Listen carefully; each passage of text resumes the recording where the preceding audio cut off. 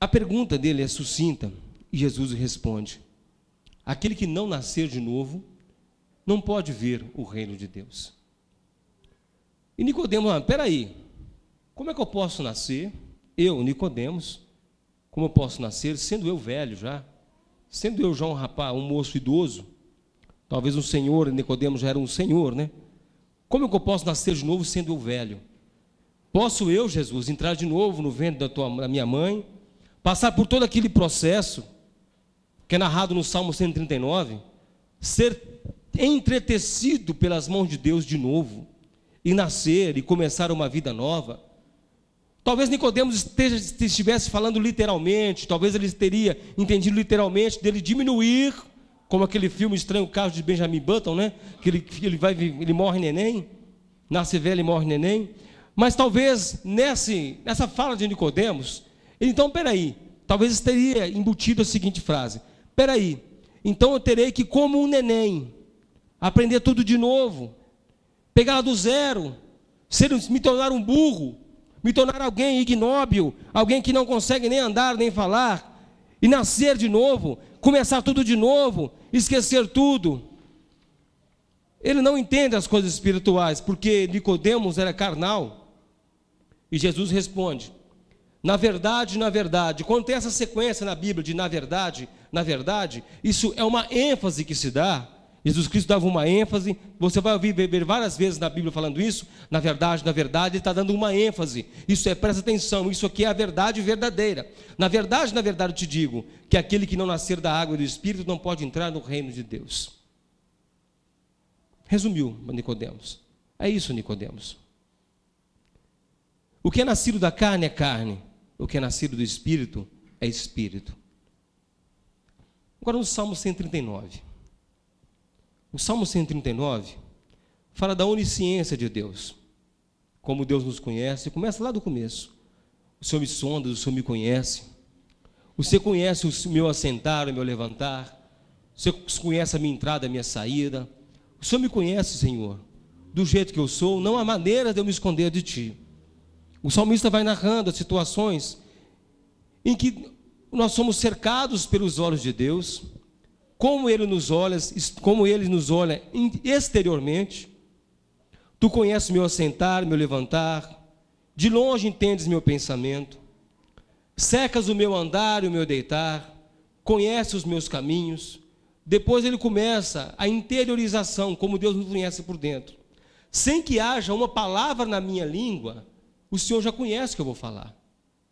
Eu não tenho nem falado, o Senhor já conhece. O Senhor coloca sobre mim a minha mão, o Senhor me cerca. Não entendo, Senhor, como é isso? Tal ciência é maravilhosíssima. É muito alta, eu não consigo entender isso. Aí ele começa agora a dissertar sobre como fugir da face de Deus. Como fugir desse Deus que ocupa a nossa mente, que conhece, discerne entre nós, até mesmo não pela nossa expressão do rosto.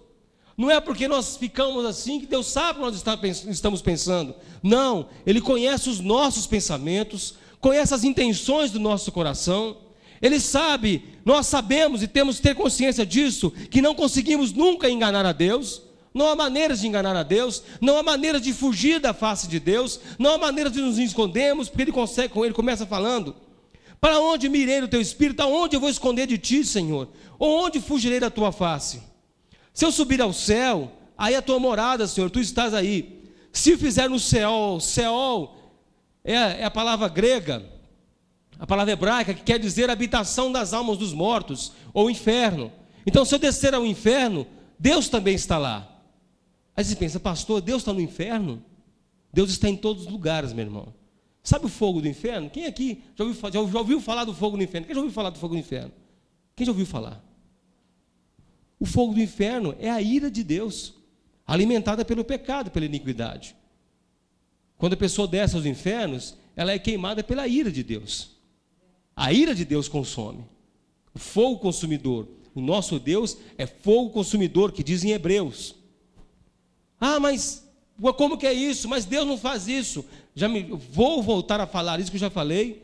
Uns falam assim: mas Deus não manda ninguém para o inferno. Não, Ele não manda, não. Ele mesmo pega, amarra e joga. Ele não manda ninguém para o inferno, Ele mesmo joga no inferno. É Ele mesmo que manda. Ele mesmo que pega e joga. Ah, mas Deus ele é amoroso. Sim, Ele é amoroso para quem obedece a palavra, porque Deus é justo. Se eu desço o inferno, também tu estás aí, Senhor. Se eu tomar as asas da alva, isso é, se eu sair de manhãzinha e for habitar na ponta do mar, lá no meio do mar, a tua mão me guiará e a tua destra me sustentará. Se eu descer ao mais fundo abismo, nas águas, ou seja, abismo da terra, enfiar no meio das trevas, se eu pegar, igual eu estava vendo na televisão, tinha uma caverna, a caverna tem mais de 12 quilômetros, 14 quilômetros de extensão. Então, se eu pegar essa caverna lá no fundão dela, 14 quilômetros de extensão, esconder lá no fundo, Deus também me acha. Se eu disser que as trevas vão me esconder, se eu me esconder no escuro, à noite será luz em volta de mim, eu não vou me esconder do Senhor. Por quê? Porque cá no versículo embaixo fala que as trevas e a luz para Deus é a mesma coisa. Para Ele não faz diferença. Então não há maneira de você se esconder de Deus. Isso Ele está falando, não é daquele que é nascido de novo, eu estou começando aos poucos. Está falando do homem carnal, daquele que nasce, o homem comum, que nasce. Ninguém se esconde de Deus. Apesar da pessoa rejeitar a Deus, não andar nos caminhos, não obedecer a palavra, não há maneira de se esconder de Deus. Apesar de a pessoa não frequentar a igreja, não conhecer Jesus Cristo, ele não se esconde dos olhos de Deus. Aonde? Ele pode fazer o que for escondido, escondido da mulher, escondido da polícia, fazer o que for escondido, Deus está com os olhos fitos em cima dele.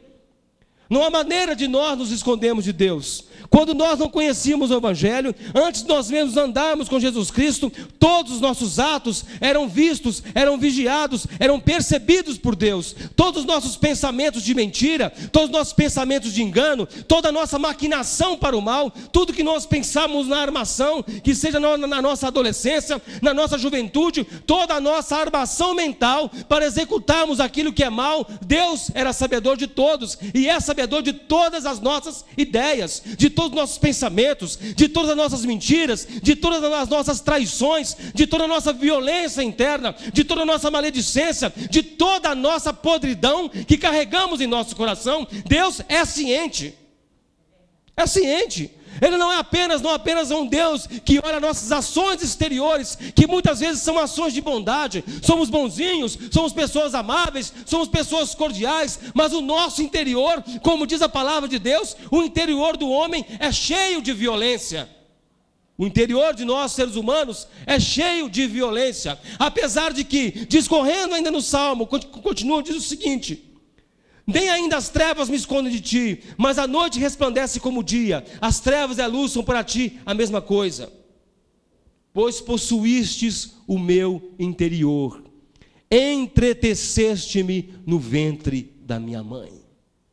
A palavra em grego, para traduzir esse entreteceste-me, é como a arte da tapeçaria. Usa-se a mesma ali, como se fosse tecido. Entreteceste-me, foi tecido. Nós somos tecidos como a mão de um tapeceiro, como a mão daquele que faz tricô, como a mão daquele que faz crochê. Tem alguma irmã aqui que faz crochê, faz tricô?